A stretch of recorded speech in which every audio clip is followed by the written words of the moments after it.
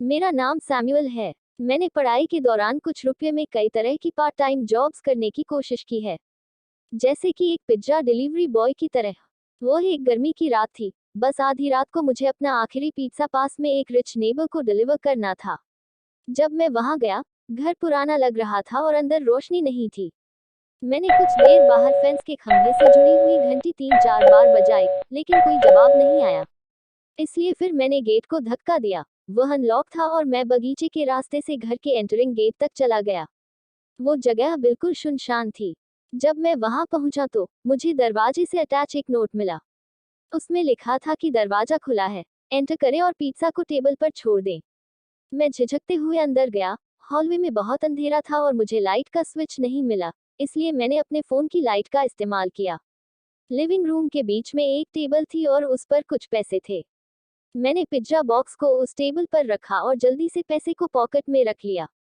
अचानक से मेरे पीछे वाला दरवाजा बंद हो गया, जिससे मैं चौंक गया। मैंने एंट्रीवे की ओर टॉर्च फ्लैश की, लेकिन वहां कोई नहीं था।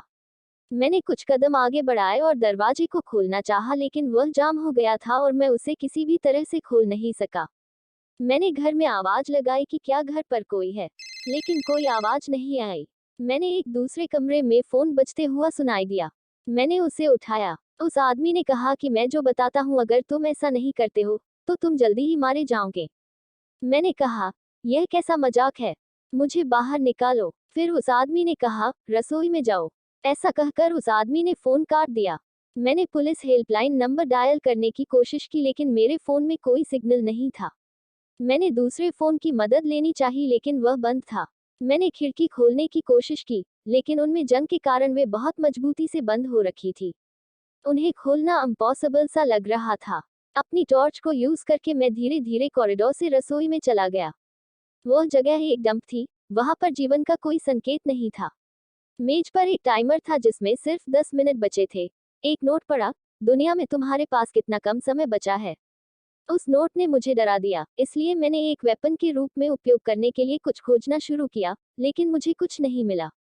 मैंने एक और दरवाजा खोला और मैंने तुरंत एक भयंकर स्मेल का सामना करना पड़ा।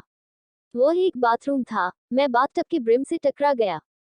वहां बहुत अंधेरा था। जब मैं कंफ्यूजन में खड़ा था, अचानक कुछ मेरे पैरों की सतह को कुछ छू कर गया। जब मुझे एहसास हुआ कि बाथटब ढेर सारी लाशों और खून से भरा था। इससे मैं बहुत ज्यादा डर जाता हूँ। मैंने अब अपनी हिम्मत हार दी थी, क्योंकि मुझे अब एहसास होने लगा था कि यह कोई मजाक नहीं है।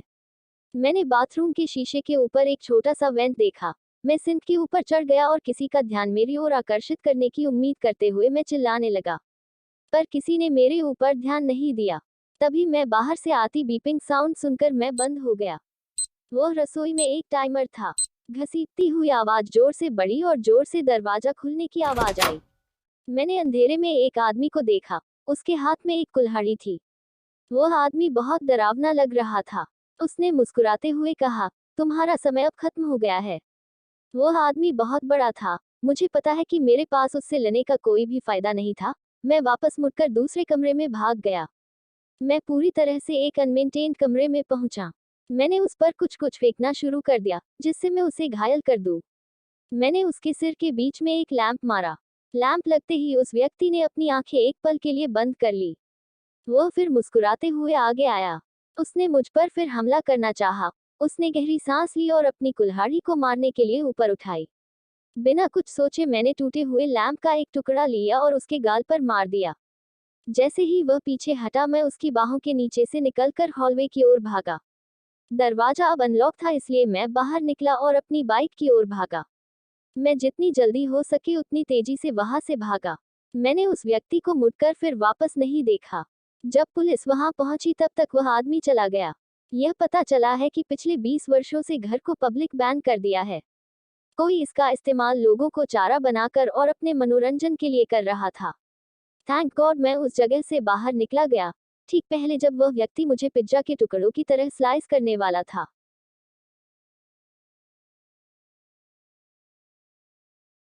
लो फ्रेंड्स, वीडियो अच्छी लगी तो चैनल को लाइक और सब्सक्राइब करना ना भूले, ताकि हमारी वीडियो आपके पास सबसे पहले पहुंचे।